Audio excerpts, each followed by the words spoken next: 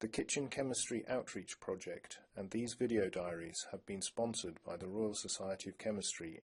My name is Stephen Ashworth and I work in the Chemistry Department at the University of East Anglia in the UK. I'm in South Africa from January to April 2013 working with SciFest Africa, the National Science Festival, to deliver chemistry and physics outreach right across the country.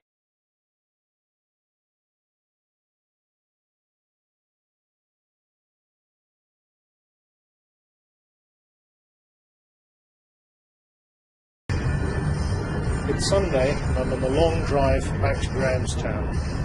This will give me a chance to touch base with the SciFest Africa office before I set off on the next leg of the tour.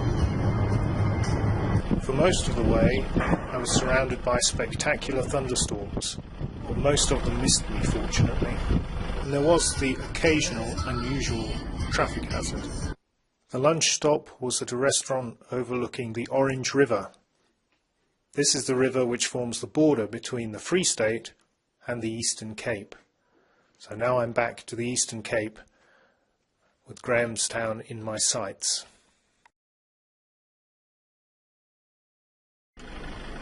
I'm on the road to Cradock, not far from Grahamstown.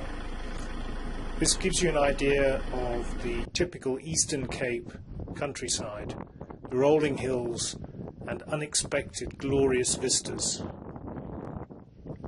I've made it to the Mountain Zebra National Park in one piece, and I've already spotted some game. These are my first zebra, however. Apparently the Cape Mountain Zebra has wide stripes on its bottom, and Birchall's zebra has narrow stripes. It's probably the easiest way to tell them apart. The red hartebeest seemed to like grazing alone, right on the roadside. This gives you an idea of the road I'm going along to get to my cabin.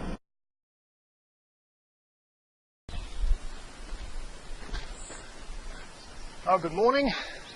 I've just spent the night in this little cabin, which is in a remote part of the Mountain Zebra National Park, here just outside Cradock.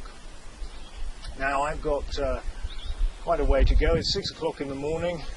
I have to hand the key in and get out of the park, which is quite a drive because this is only accessible by 4x4 or by hiking in, and I didn't do that. The cabin is nestled in almost a bowl of hills. So I finished in Cradock now, having done 3 chemistry shows at 3 different schools before 12 o'clock. Now had a bite to eat and I need to get on the road to Victoria-Wes, which is about a 4-hour drive from here. It's now nearly 3 o'clock, so I'm not going to get there until nearly dark. Better get going then. In the final 60 kilometres to Victoria-Wes, I met a total of 2 cars and a tortoise. At Victoria-Wes, I performed the kitchen chemistry show in their hostel because that's where their biggest hall was. I'm on my way to Sutherland now. I've just hit a dirt road and the GPS has told me continue 203 kilometres. Well, we'll see how long this dirt road lasts. Don't think I'll be able to go 120 kilometres an hour though. Wish me luck. Continue 203 kilometres. Well, I made it safely to Sutherland over that 200 k's of dirt road. Sutherland is the home to the South African Astronomical Observatory and SALT, the South African Large Telescope. I might even be able to arrange a visit while I'm here. I have an early start in the morning, so I'm going to get an early night tonight, which is rather easy because there's no TV. This was the school where I spent my first day in Sutherland, although the learners I was talking to were slightly older.